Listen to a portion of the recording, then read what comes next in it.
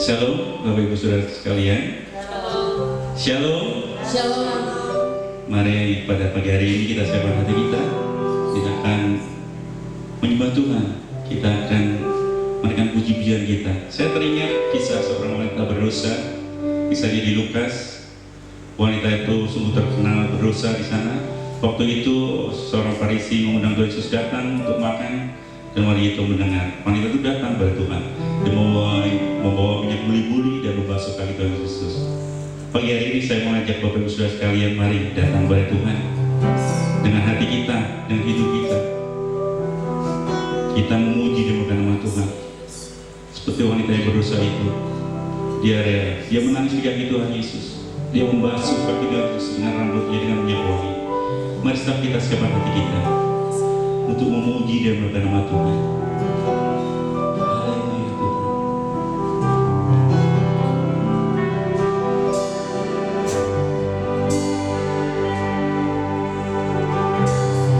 Mari kita bersatu dalam doa. Kami sungguh mengucap syukur Tuhan atas kasih setia-Mu Tuhan. Kalau sampai saat hari ini Tuhan, kami sehat, kami kuat. Kalau sampai saat hari ini Tuhan, kami boleh diperkenankan Tuhan untuk beribadah, untuk memuji, untuk memuliakan nama Tuhan.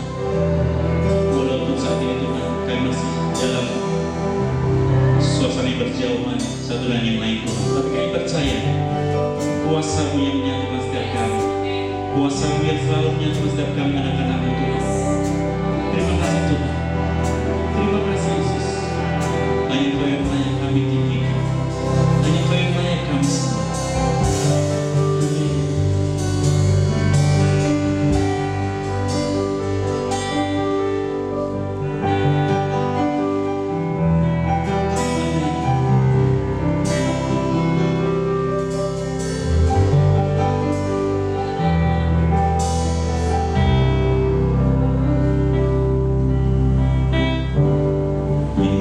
Yesus,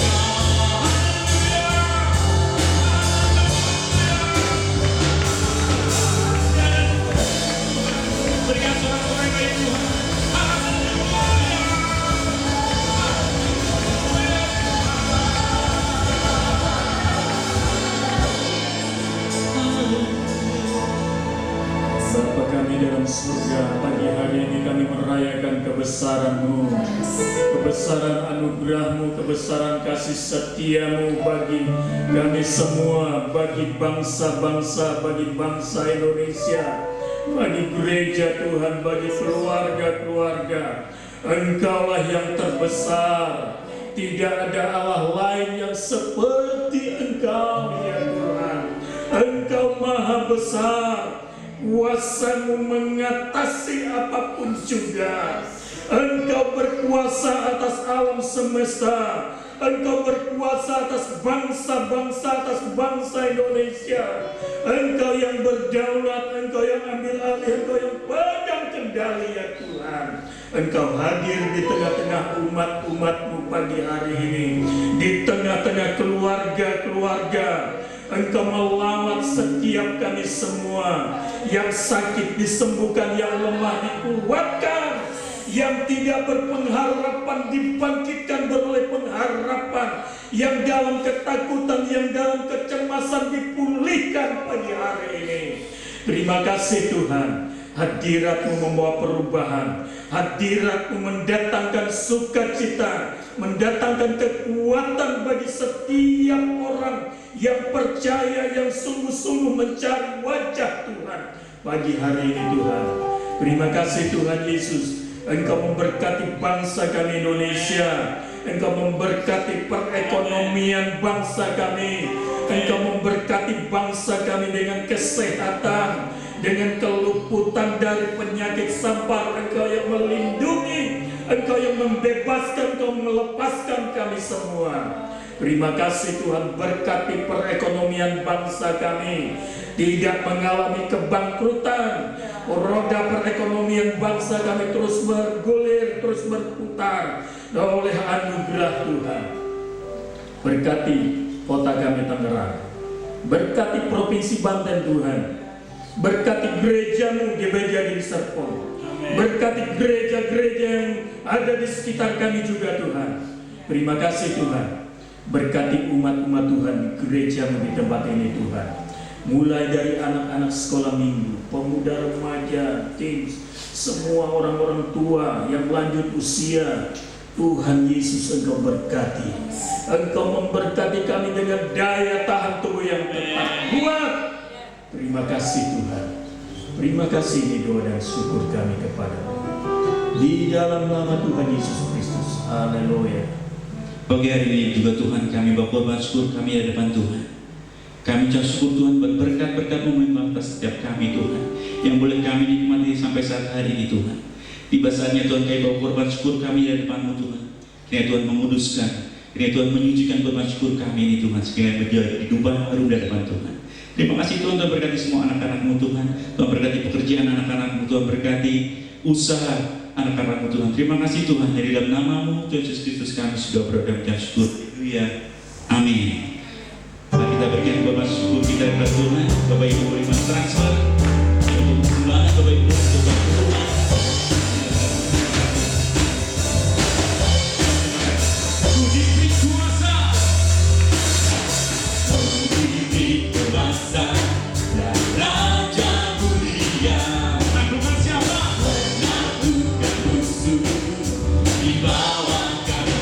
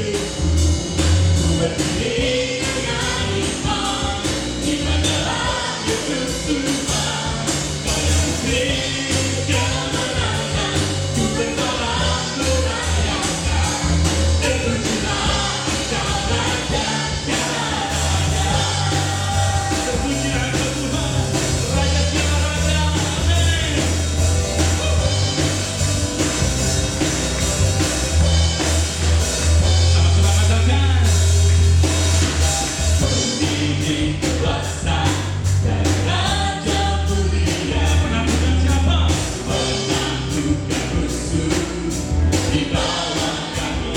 Ku bangga pakai kuasa Raja mulia. Bila Allah ada bersamaku, siapa jauh? Bila Allah ada bersamaku, siapa jauh? Bila Allah ada bersamaku, siapa jauh? Sungguh besarkah Tuhanku, Engkau pelita hidupku. Ku berdiri dengan iman dalam Yesus Tuhan. Saya beri kemenangan, ku bersorak merayakan. Terpujilah Engkau Raja. Sungguh besarkah Tuhanku, Engkau pelita hidupku. Ku berdiri dengan iman dalam Yesus Tuhan. Saya beri kemenangan, ku bersorak merayakan. Terpujilah Engkau Raja. Terpujilah Engkau Raja. Terpujilah Engkau Raja.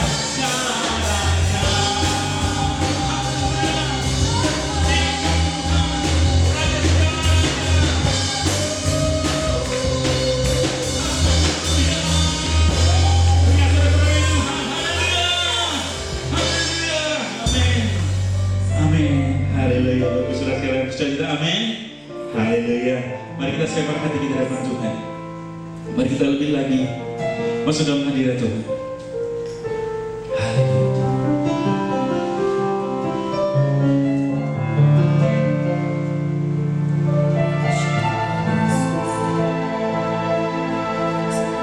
Amin.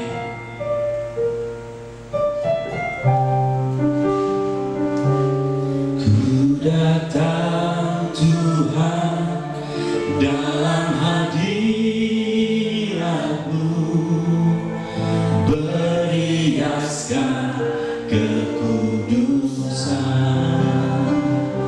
Seluruh surga sujud menyembah-Mu. Ku tersungkur dan berseru,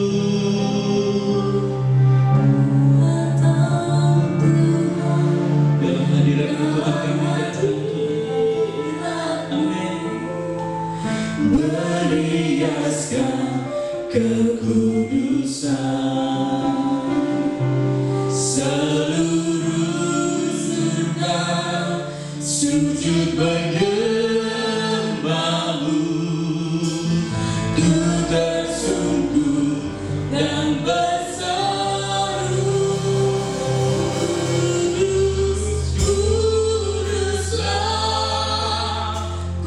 Kuduslah Tuhan, Allah semesta alam.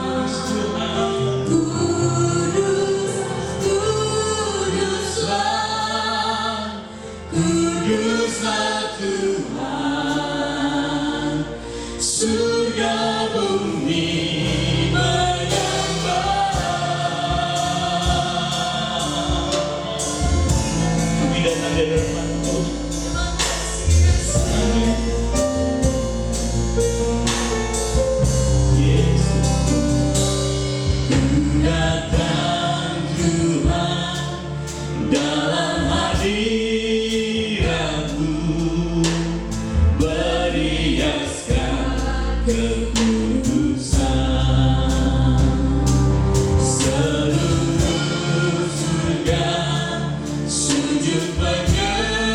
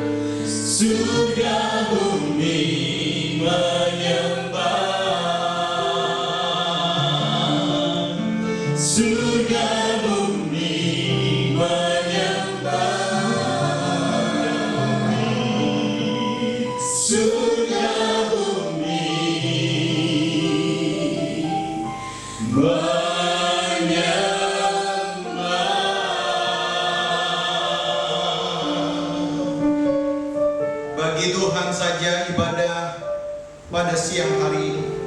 Bagi kemuliaan Tuhan saja pujian penyembahan kami. Karena kami tahu Tuhan, kami menyembah Bapa yang agung, Bapa yang mengendalikan masa dan waktu. Bagimulah Tuhan segala pujian dan hormat. Dan kiranya Tuhan pada siang hari ini boleh melawat kami, menjamah setiap kami, memulihkan kami yang lemah, menguatkan kami, meneguhkan kami kembali, dan tuntun kami terus, agar kami boleh berjalan bukan seperti apa yang kami kehendaki, tapi seperti apa yang Tuhan kehendaki. Jangan lewatkan seorang pun Tuhan yang mengikuti ibadah ini Tuhan, dimanapun mereka berada Tuhan, tanpa dilawat oleh Tuhan. Terima kasih Bapa, urapi hamba-Mu, layakkan menjadi berkat. Kami sambut firman Tuhan dalam nama Yesus yang siap dilawat Tuhan, bersama-sama kita katakan amin. Amin. Haleluya. Haleluya. Bersama-sama saudara-saudara dimanapun saudara berada, mari siapkan hati saudara, izinkan Tuhan menjamah saudara, izinkan firman Tuhan menuntun kita kembali menjadi seperti yang Tuhan mau. Bulan Juni saudara-saudara, GBI di seluruh Indonesia dan di luar negeri memiliki satu tema membahas tentang keluarga, dan hari ini juga kita akan melihat apa yang Tuhan taruh di dalam hati saya untuk disampaikan kepada kita hari ini. Judul renungan pada siang hari ini saya beri judul mengubah konflik menjadi berkat di dalam keluarga, mengubah konflik menjadi berkat di dalam pernikahan.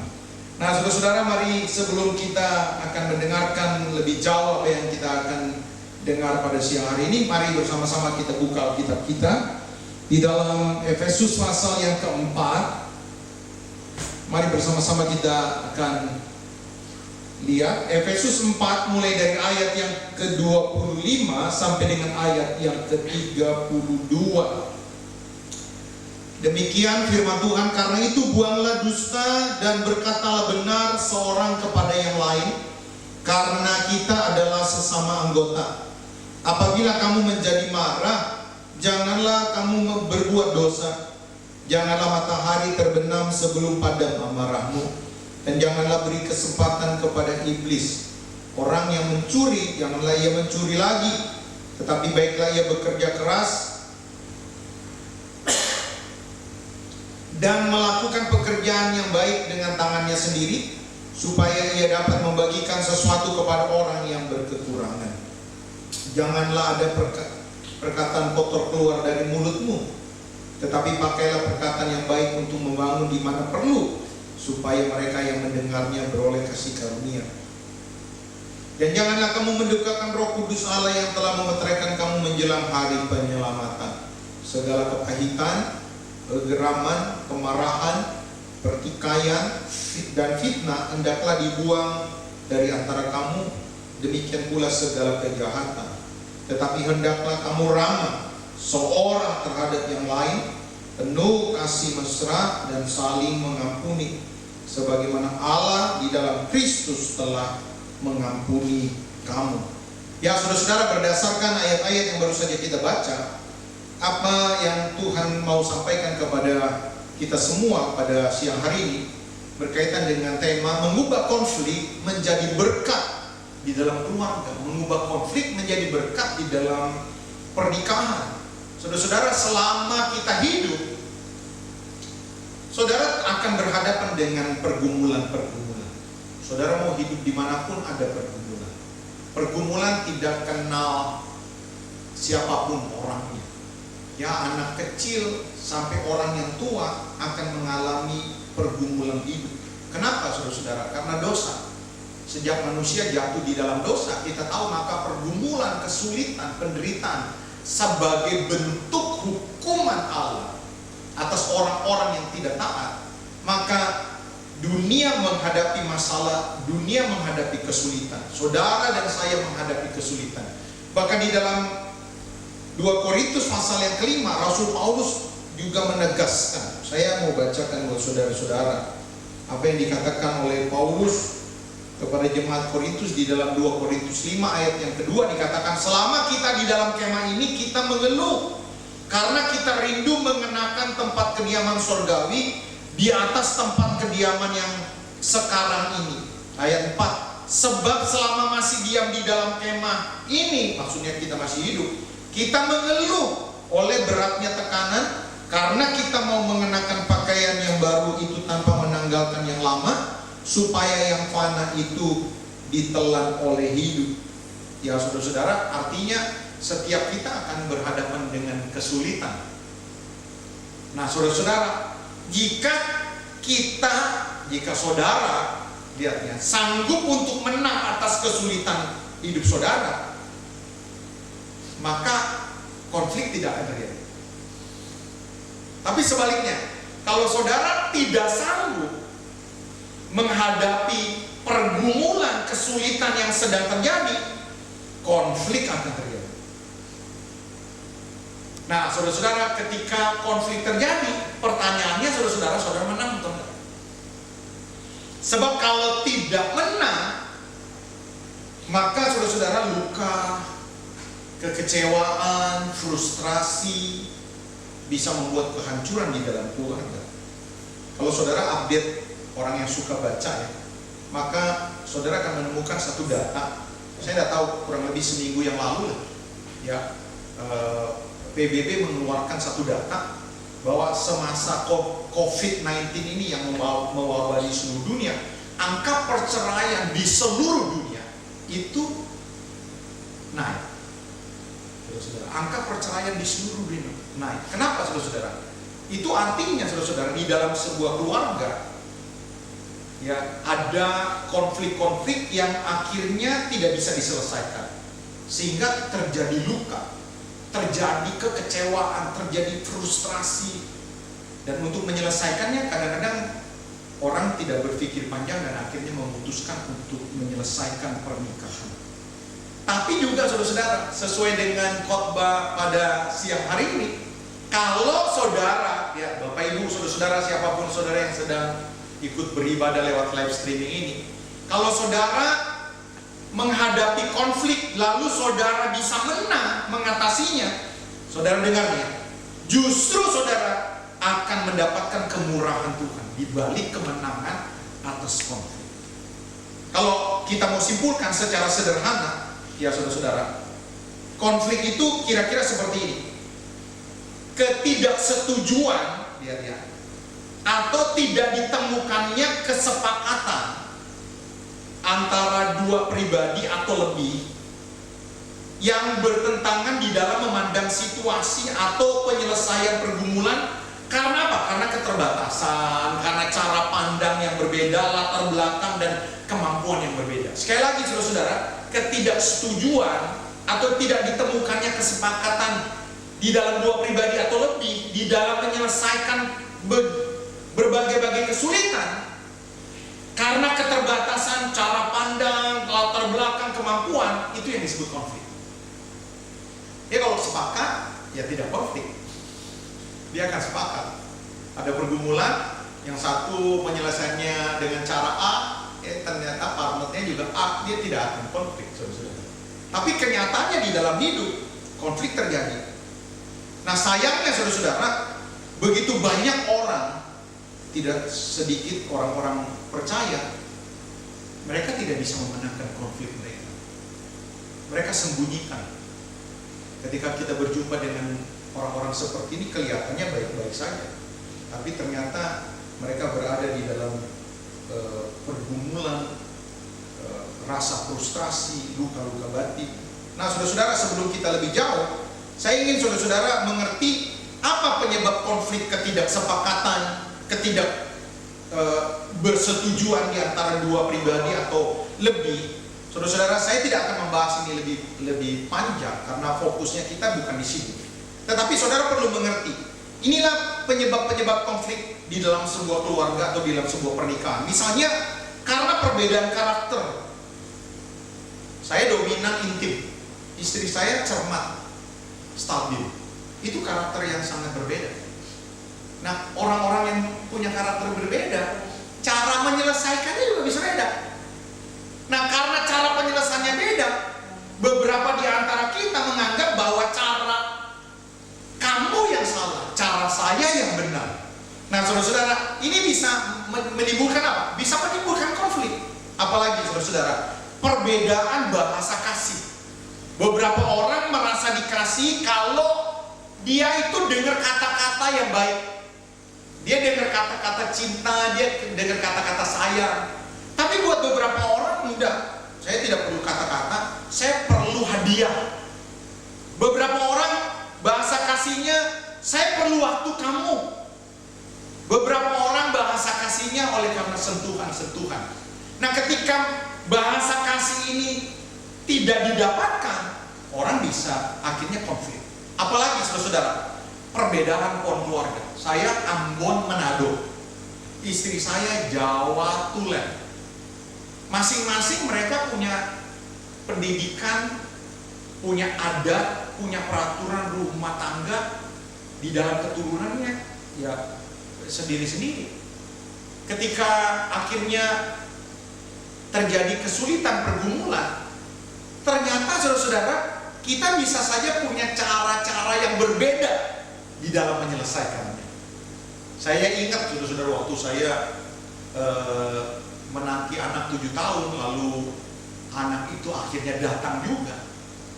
Nah, saya punya mami saya sama mamanya istri saya itu sama-sama bersuka cita. Karena apa? Karena sudah menanti anak sudah begitu lama. Nah, sebagai bentuk rasa sukacita mereka, mereka pengen bantu untuk nolongin.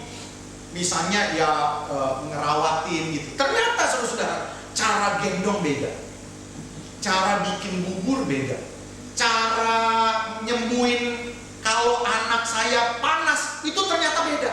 Coba bisa bayangin, kalau misalnya saya merasa bahwa keluarga saya sendiri yang benar, bisa terjadi konflik. Jadi perbedaan pohon keluarga bisa menyebabkan konflik.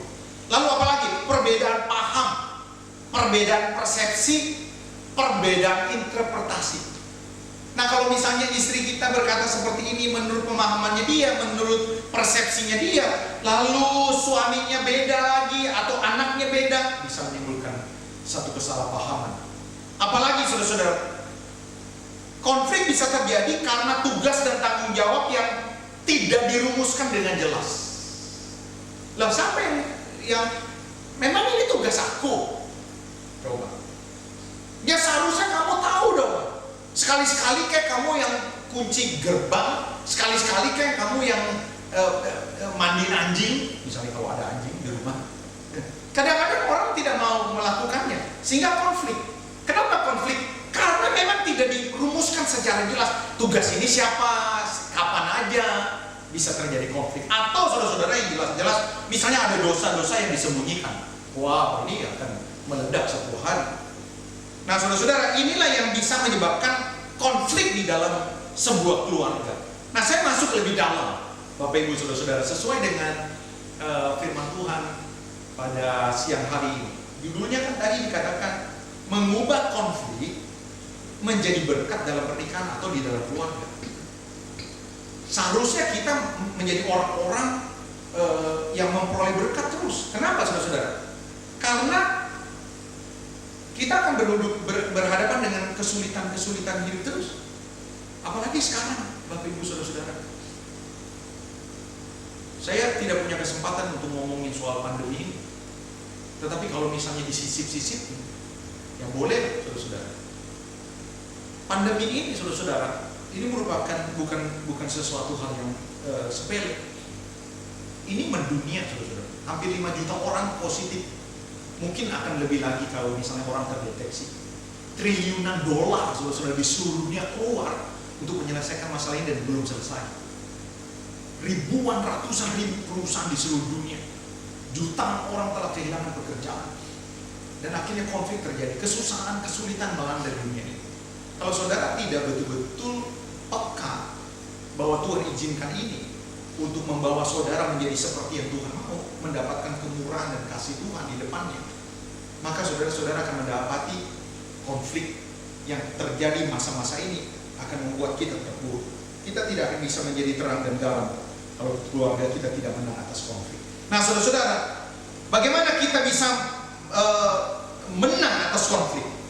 Ada 3 hal saudara-saudara. Yang pertama, bagaimana saudara bisa menang? Bapak Ibu saudara-saudara dimanapun kau berada, keluarga-keluarga, suami-suami, istri-istri, anak-anak, siapapun saudara yang dengar ibadah live streaming ini, kalau hari-hari ini kau sedang konflik, dengar.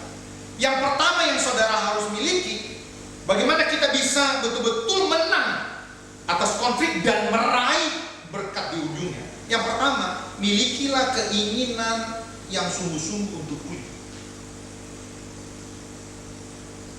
Beberapa mereka yang telah di ujung perceraian, ketika datang untuk konseling, ini contoh pengalaman.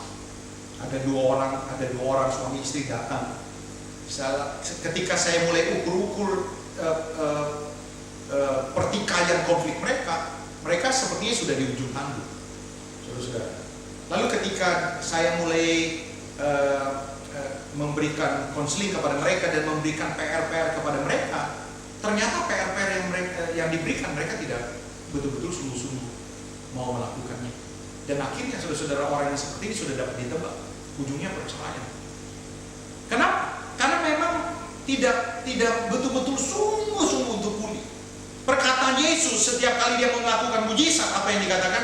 Apa yang hendak aku perbuat bagimu. Tuhan pengen betul-betul pengakuan.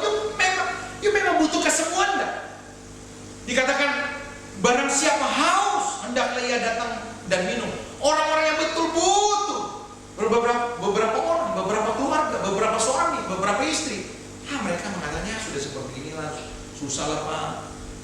Mari cek, adakah saudara-saudara ketika saudara berhadapan dengan konflik, ada tanda-tanda kesungguhan? Apa tanda-tanda di sana? Engkau cari Tuhan sungguh-sungguh. Engkau cari orang-orang yang mungkin dianggap sudah dewasa dan engkau rindu untuk konseling. Ini salah satu kesungguhan. Nah sayangnya saudara-saudara, sedikit orang-orang yang memiliki kerinduan, keinginan yang sungguh-sungguh. Yang kedua saudara-saudara, bagaimana kita bisa menang atas konflik? Saudara harus memiliki keyakinan yang benar terhadap apa? Terhadap pergumulan yang saudara hadapi. Kenapa saya berkata bahwa kita harus memiliki keyakinan yang benar terhadap masalah? Sebab ada orang-orang yang memiliki paradigma yang salah terhadap pergumulan yang sedang dihadapi. Sehingga cara dia memandangnya sudah salah, cara menyelesaikannya juga salah. Nah saudara-saudara, apa yang saudara perlu miliki? Keyakinan yang benar seperti apa? Yang pertama saudara-saudara, konflik Anda menunjukkan bahwa Anda belum sempurna, sehingga Anda dan pasangan Anda harus terus-menerus bertumbuh ke arah Kristus. Ketika kita berantem ya, berkelahi, ketika kita ribut, seharusnya kita sadar nih, oh ternyata kita kok nggak berperilaku benar ya, kita kok caci maki ya, kita kok marah ya, kita kok menghina ya, kita kok lari ya. Itu artinya saudara mesti sadar bahwa oh ternyata aku belum sempurna. Berarti aku harus terus-menerus disempurnakan. Nah kesadaran bahwa kita ini punya begitu banyak kelemahan seharusnya membuat kita stop untuk melakukan hal yang keliru. Saya seharusnya menjadi orang yang sadar bahwa ternyata aku ini perlu banyak berubah ya. Saya perlu banyak dirubah ya. Saya perlu banyak terus bertumbuh ya. Ini yang pertama. Kalau saudara tidak menyadari bahwa kita ini punya kekurangan, maka kita akan ngotot. Kita berkata, cara gue yang paling benar. Kita akan berkata, gue gak mau dengerin lu. Hancur. Yang kedua, saudara-saudara, keyakinan apa? Yang kedua, bukan kesamaan suku, jenjang pendidikan, karakter kepribadian, warna kulit yang mempertahankan keharmonisan. Tapi apa? Tapi bagaimana mengelola perbedaan lah sebagai kunci. Banyak orang Ambon menikah dengan orang Cina, orang Chinese. Banyak orang Jawa menikah sama orang Batak. Nyata-nyata beda suku, nyata-nyata beda warna kulit, nyata-nyata beda pendidikan, saudara-saudara. Tapi mereka akhirnya oke-oke saja, mereka harmonis-harmonis saja. Kenapa saudara-saudara? Karena memang bukan kesamaan. Saya berharap saudara-saudara orang tua perhatikan, ada beberapa orang fanatik, lu mesti harus punya menikah sama suku yang sama. Kalau enggak, gue nggak bakal berkatin lu. Nah saudara-saudara, wah ini keliru saudara-saudara. Tidak seperti apa yang Tuhan mau. Tuhan Yesus cinta segala bangsa. Dia mencintai orang yang kulit putih, orang yang kulit kuning, orang Asia, orang yang kulit hitam. Hari-hari ini kita dikejutkan dengan berita polisi yang akhirnya dalam menyelesaikan konflik akhirnya bisa dibunuh orang, dan akhirnya terjadi demonstrasi di seluruh dunia. Kenapa? Rasisme. Ini bukan sesuatu yang diinginkan Tuhan. Nah saudara-saudara dengarkan baik. Kalau saudara mau memenangkan konflik atas keluarga saudara, milikilah keyakinan bahwa bukan soal kesamaan, tapi bagaimana mengelola. Mari belajar untuk mengelola, menyelesaikan konflik dengan cara-cara yang benar. Yang ketiga, keyakinan yang benar apa yang saudara perlu miliki di dalam menyelesaikan konflik? Yang ketiga, mempercayai bahwa Allah menjadikan kekurangan, kesalahan pasangan kita, lihat ya, sebagai sekolah kehidupan yang membuat kita semakin menjadi seperti Kristus. Kalau kita ini lagi konflik sama pasangan kita, atau sama anak, sama orang tua, sama mantu, sama mertua, kita harus memandang bahwa orang itu, entah itu mertua, entah itu suami, entah itu anak, dia itu alatnya Tuhan untuk membawa kita belajar. Belajar apa? Belajar sabar. Ini nggak bersabaran nih, suami nih jengkelin anak, jengkelin, durhaka nih, ngomong nyaut terus. Saudara, apakah saudara harus menjadi diktator, balas marah menjadi marah, balas selingkuh dengan selingkuh, balas tidak setia dengan tidak setia? Tidak. Pasangan kita tidak setia, kita diajar. Apakah you mau jadi seperti Yesus? Pasangan saya tidak setia, tapi saya mau setia. Nah, kita diajar. Ini sekolah kehidupan. Saudara-saudara akan berhadapan dengan mungkin orang-orang yang dekat dengan kita, tidak menjadi seperti yang kita mau. Untuk apa? Untuk kita menyerah? Untuk kita berkata bahwa saya salah pilih? Tidak, saudara-saudara. Allah turut bekerja untuk mendatangkan kebaikan. Untuk apa? Untuk mungkin suami yang menjengkelkan, untuk anak yang durhaka. Supaya apa? Supaya kita mempraktekkan panggilan untuk menjadi seperti yang Tuhan mau. Keyakinan apa, saudara-saudara, yang perlu kita miliki? Yang keempat, saudara-saudara, walaupun pasangan Anda telah melukai Anda, dengar, ingat, pasangan Anda sebenarnya juga adalah korban yang sedang dibinasakan oleh Iblis. Mungkin pasangan Anda selingkuh, kita marah sama dia, kita kecewa karena saudara terluka. Pernah nggak saudara ingat? Pernahkah saudara menyadari bahwa pasangan kita ini kena tipu? Dia dijerat, dia dimangsa. Kalau saudara memiliki cara pandang seperti ini, saudara mungkin akan merem untuk balas jahat dengan jahat. Kenapa? Karena kita menyadari dia korban juga. Dia adalah orang yang perlu diselamatkan juga. Nah, saudara-saudara, kalau saudara memiliki cara pandang yang benar, maka saudara akan masuk ke step yang terakhir. Saudara akan memiliki tindakan yang benar. Itu sebabnya yang pertama, milikilah kesungguhan yang benar-benar. Kalau saudara mau menang. Yang kedua, milikilah keyakinan yang benar, paradigma yang benar terhadap pergumulan yang sedang Tuhan inginkan. Yang terakhir, saudara-saudara, milikilah tindakan yang benar di dalam menyelesaikan. Sebab apa, saudara-saudara? Sebab acap kali, sering kali kita dengar, kita lihat anak-anak Tuhan menyelesaikan konflik, tapi bukan dengan cara-cara yang benar. Ada yang ke tukang kuamia, ada yang nyewa orang untuk aniaya pasangan kita, ada yang dengan cara-cara tipu, ada yang cara-cara balas, ada yang diemin, ya, nggak ngomong, balas. Satu kali, saudara-saudara, saya didatangi oleh seorang seorang wanita, dan dia konseling setelah dengar khotbah saya. Dia kecewa sama suaminya karena suaminya terlalu sibuk bekerja, bukan karena selingkuh. Nah, setelah dengar banyak, saya simpul setelah dengar banyak, saya rasa dia perlu konseling. Saya pengen ajak suaminya juga untuk konseling. Nah, berdua kita janjian. Akhirnya ketika tiba saatnya saya ngobrol dengan suaminya, saudara-saudara, suaminya keluar satu unek-unek ya, di depan istrinya, karena saya pengen mereka jujur. Dia bilang, ya saya kesel Pak sama istri saya Pak. Saya kesel sama istri saya karena satu kali saya mau ajak hubungan intim, dia nggak mau. Saya nggak tahu dia kenapa, dia juga nggak bilang.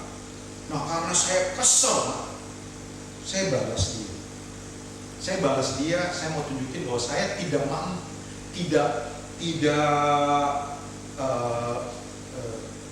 tidak butuh, istilahnya tidak butuh hubungan intim dengan kamu. Dengan cara saya sibukkan diri, saya bikin usaha di sini, saya bikin usaha di sana. Nah, saudara-saudara, ini cara-cara yang bukan seperti apa yang Tuhan mau. Nah, saudara-saudara, apa yang Tuhan mau ketika kita menghadapi konflik? Yang pertama, saudara-saudara, mari mohonkan hikmat dan penyertaan Tuhan. Siapa yang lebih pintar dari Tuhan? Bahkan pendeta sekalipun, orang pintar sekalipun, tidak ada yang lebih pintar dari Tuhan. Itu sebabnya hari-hari ini salah satu nasihat yang saya dengungkan kepada jemaat yang saya layani, saudara-saudara, selain berharap kepada Tuhan, minta hikmat, bertindak, berperilaku, berkarya, bekerja, jadi bapak, jadi sopir, jadi pelayan, pakai hikmat. Begitu juga saudara-saudara, ketika kita berhadapan dengan konflik di dalam rumah tangga, mari mohonkan hikmat. Kenapa? Karena hikmat bisa datang dari setan. Hikmat bisa datang dari orang-orang yang sama sekali tidak mengenal Tuhan. Yang kedua, saudara-saudara, bangun komunikasi yang baik dan benar. Kadang-kadang saudara-saudara, kita terlalu gengsi untuk ngomong. Dulu waktu masa-masa pacaran, komunikasi lancar, benar, luar biasa. Komunikasi yang benar itu adalah pihak lawan bisa menangkap dengan jelas, baik tutur kata, artikulasi, body language, dan wajah. Itu komunikasi yang benar. Ya, kapan komunikasi itu benar dan paling benar? Saat berpacaran. Saat berpacaran, waduh, kekasih kita ngomong, pandangan kita lurus memandang kepada dia. Kita perhatikan, bahkan bentuk bibirnya kita perhatikan, kita agak senyum, benar-benar kita fokus. Itu komunikasi yang benar. Tapi setelah 15 tahun menikah, 20 tahun menikah, 5 tahun menikah, suami ada di kamar tamu, istri ada di dapur, ngomong, wow, kagak kedengeran. Komunikasi hancur. Kadang-kadang saudara-saudara, hubungan suami istri juga nggak mau kasih tahu. Ya, suami-suami pengennya yang enak-enak aja.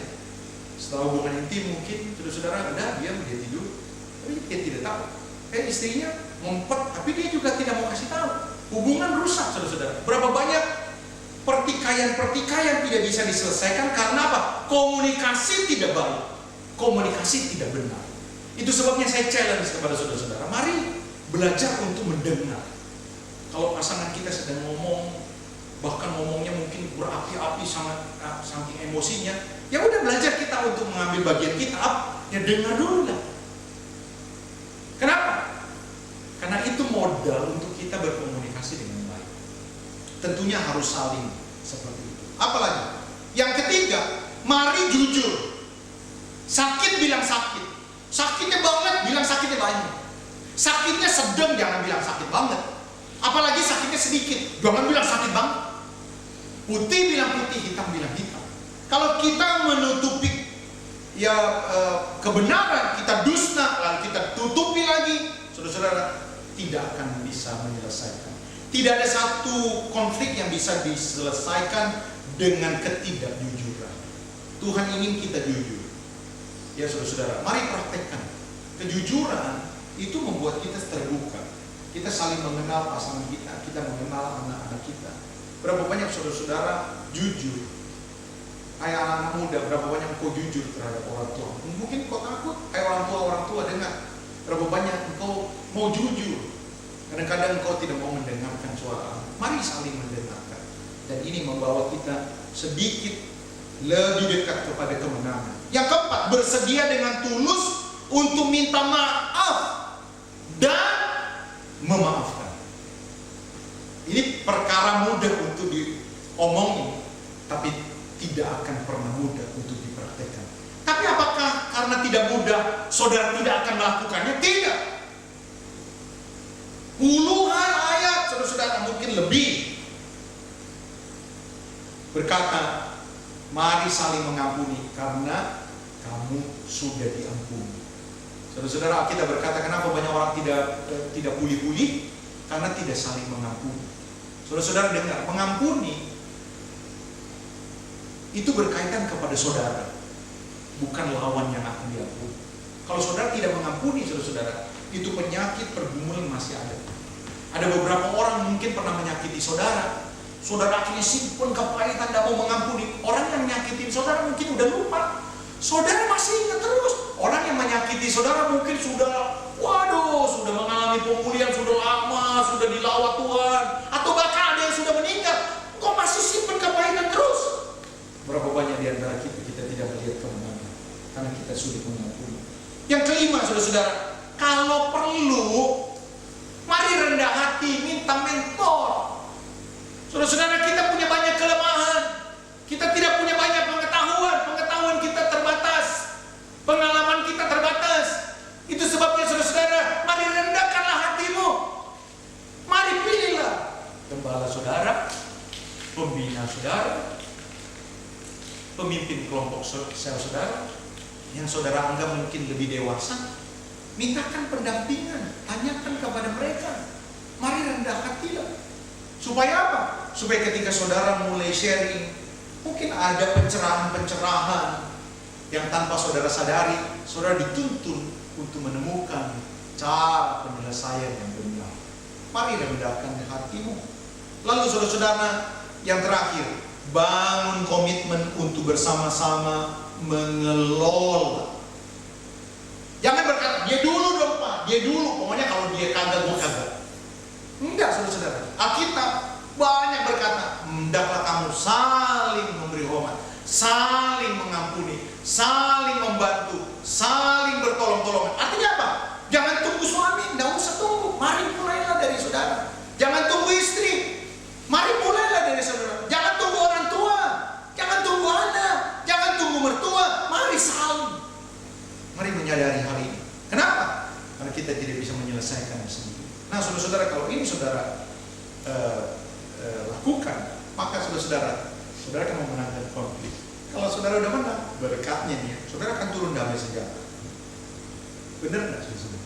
Kali konflik udah menang, sama istri udah damai, sama mertua damai, sama anak damai. Ya, saudara damai sejahtera. Kalau kau damai sejahtera, sehat. Banyak orang simpen kebaikan kagak sehat, apalagi sekarang masa-masa pandemi konflik begini. Saudara dengar ya, kok kesenggol daun aja pilek loh. Kenapa? Karena kagak sehat. Kalau saudara akhirnya bisa menyelesaikan konflik, saudara damai. Ya orang mau bilang apa, keluarga lain mau bilang apa, tetangga mau bilang apa. Kalau saudara udah sepakat dengan suami, dengan istri, dengan sekeluarga, saudara sehat. Yang kedua, berkat apa? Berkat next level.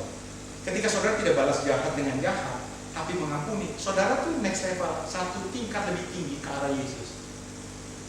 Apalagi saudara, akses untuk mendapatkan kemurahan Tuhan selalu terbuka.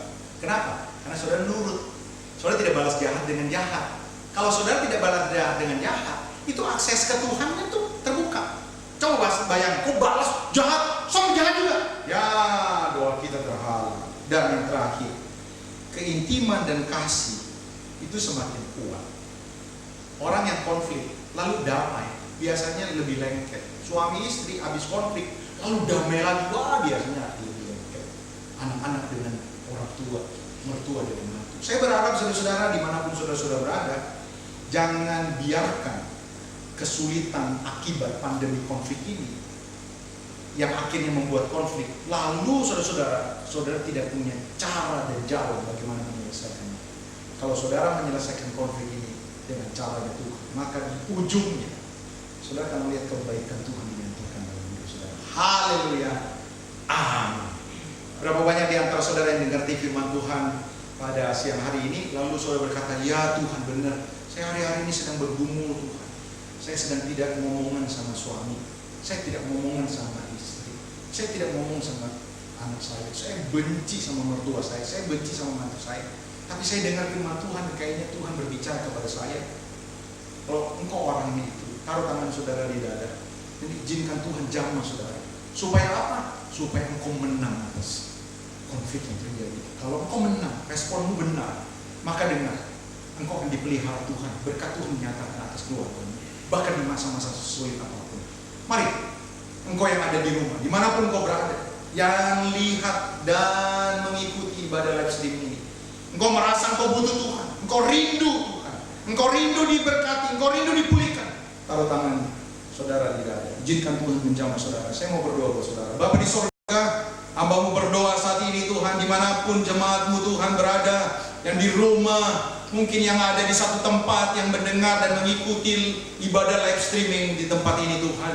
Tuhan sama mereka yang sedang bergumul dengan pergumulan, apakah itu pergumulan keuangan, pergumulan kesehatan, pergumulan hubungan, yang menyebabkan hubungan ini menyebabkan konflik, dan akhirnya mencuri kemesraan, mencuri damai sejahtera, mencuri berkat Allah. Tuhan kau melihat mereka yang rindu mau pulih, yang mereka taruh tangan mereka di dada, Tuhan jamah mereka diberikan kekuatan untuk memiliki iman, paradigma yang benar, dan bertindak seperti yang Tuhan mau. Dan kami percaya Tuhan, Engkau yang sudah menjamah mereka, Engkau akan melihat anugerah Oh Tuhan, kuasa-Mu dinyatakan atas hidup mereka. Terima kasih Bapa. Buat ibadah yang luar biasa walaupun lewat live streaming, kami percaya kuasa-Mu tidak terbatas. Berbahagialah orang yang mendengar firman Tuhan, dengar lalu melakukannya dalam kehidupannya. Dalam nama Yesus kami berdoa dan kami mengucap syukur.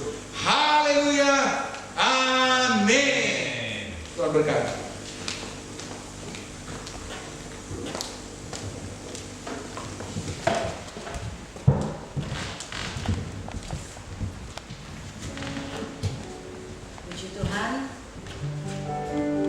Sudah diberkati oleh kebenaran firman Tuhan. Terima kasih Bapak Pendeta Johnny Max Titale yang sudah memberkati kita melalui firman Tuhan. Memang dua menjadi satu itu tidak mudah, tetapi saya percaya oleh pimpinan Roh Kudus maka Dia mampu memberikan kepada kita keluarga-keluarga yang memiliki kesatuan. Yang penting saudara ada 5 hal. Ada 6 hal yang saya catat. Yang pertama, kalau saudara dalam konflik, minta hikmat dari Tuhan.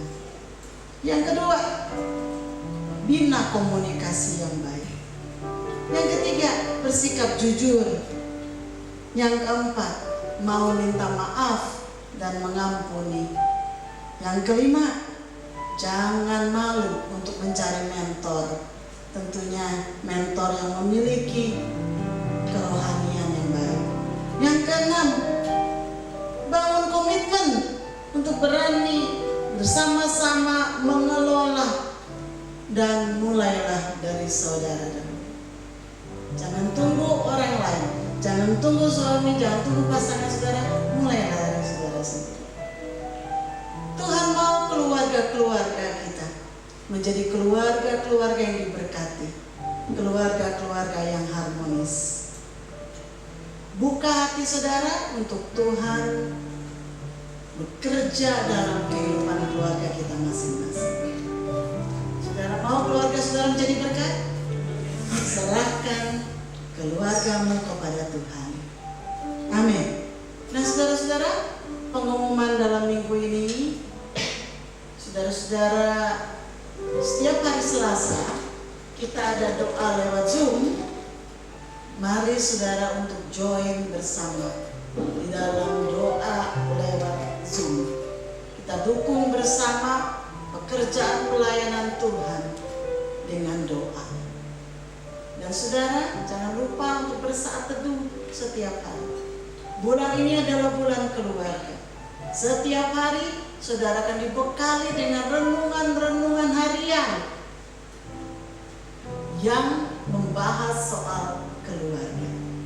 Keluarga saudara akan diberkati dan saudara-saudara akan dibangun kerohanian saudara. Amin. Mari kita bangkit berdiri. Katakan kepada sebelahmu, Tuhan memberkati engkau. Tuhan mengasihi engkau. Haleluya. Bersama keluargaku melayani Tuhan, bersatu selamanya mengasihi engkau, tiada yang dapat melebihi kasih-Nya Tuhan. Bagi kami Engkau segala.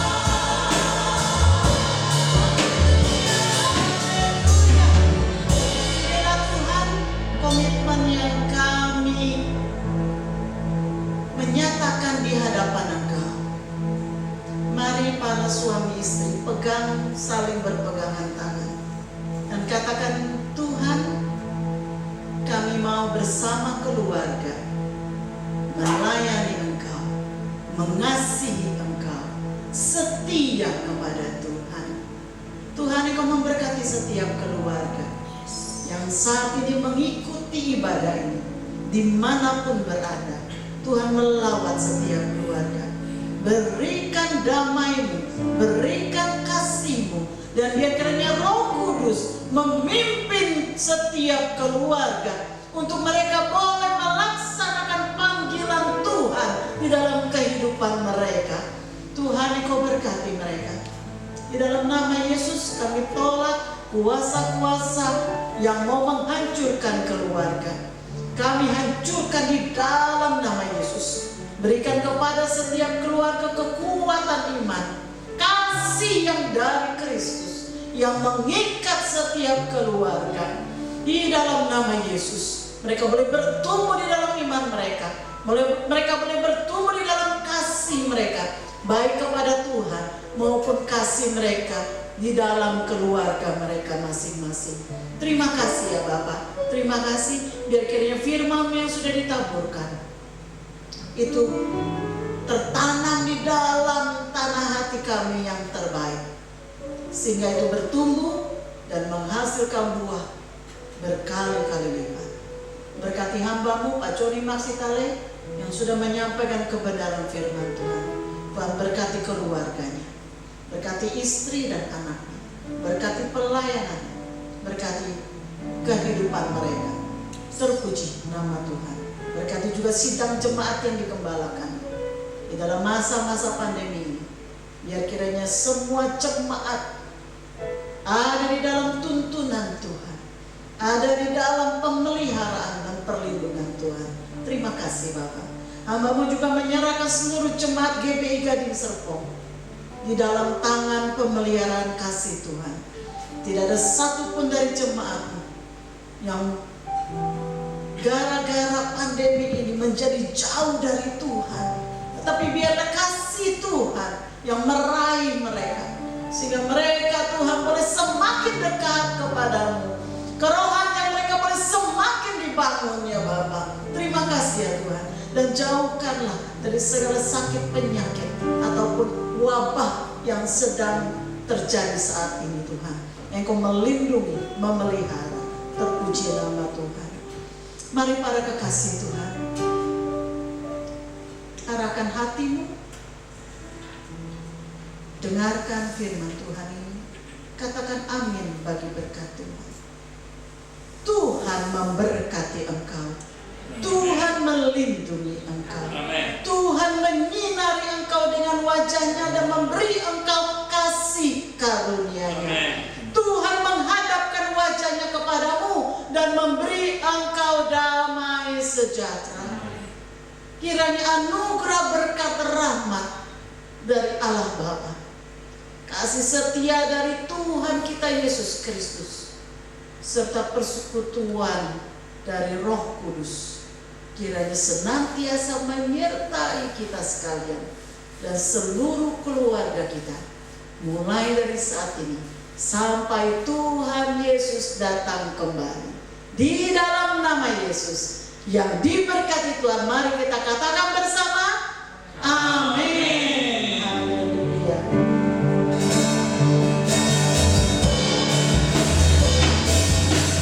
Yang sehat